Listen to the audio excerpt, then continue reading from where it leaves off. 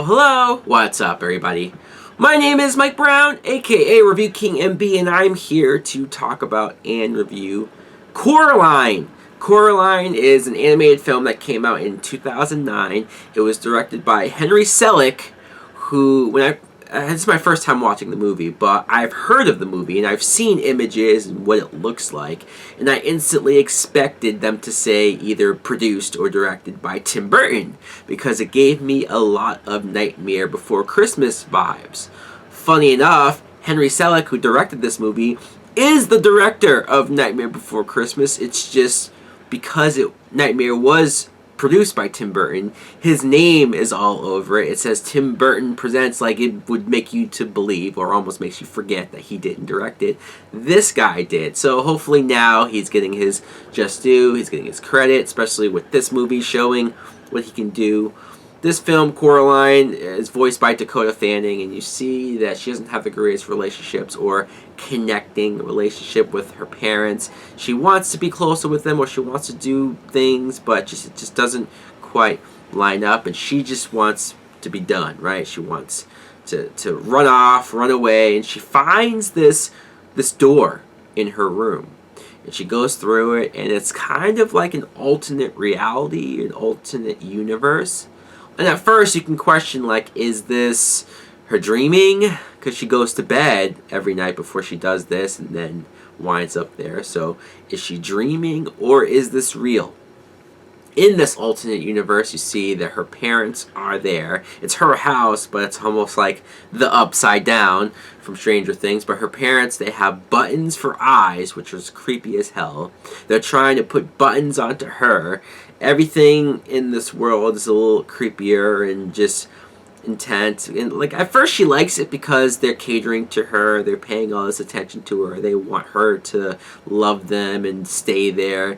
And then it sort of gets creepy and it gets really, really intense. Now, what I thought of Coraline was, I really enjoyed this movie. I did, and I enjoyed it for a lot of different reasons. First things first, Henry Selick, I will credit him for this animation. I mean, I'm sure there's other animators and other people that I could name or look up to truly credit them, but still, it's his style, it's his vision, it's his creative energy that he put into it and got people to help make, and I like it. It's unique, it's different. Sure, it does remind me of Nightmare Before Christmas, but it's still, you don't see a lot of movies do that type of thing, so it works in my opinion, and it's a slight twinge of creepiness, but still cartoony, so I guess that's how you get away with calling this a kid's movie, because this plot, holy crap, this plot is messed up, man. It's brutal. When Coraline goes into this other world and you see her parents, and like I said,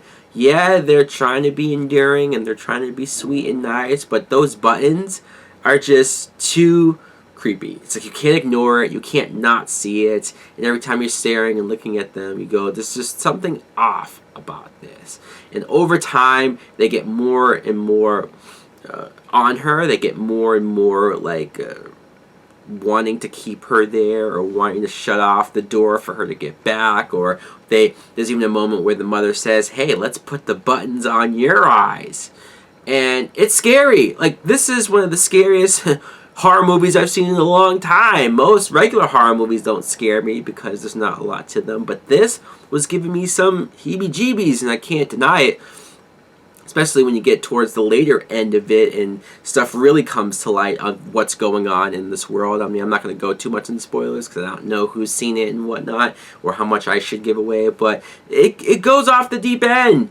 It goes kind of hardcore, and luckily it's animated, but they can also get really creative with the creepiness, creative with the animation, and I found myself kind of on the edge of my seat. I don't want to sound like I'm being too over dramatic with it, but I was really into this plot. Terry Hatcher does the voice of the mom, both versions of the mom, so she does a great job, especially being creepy. You see there's this other character who's a cat.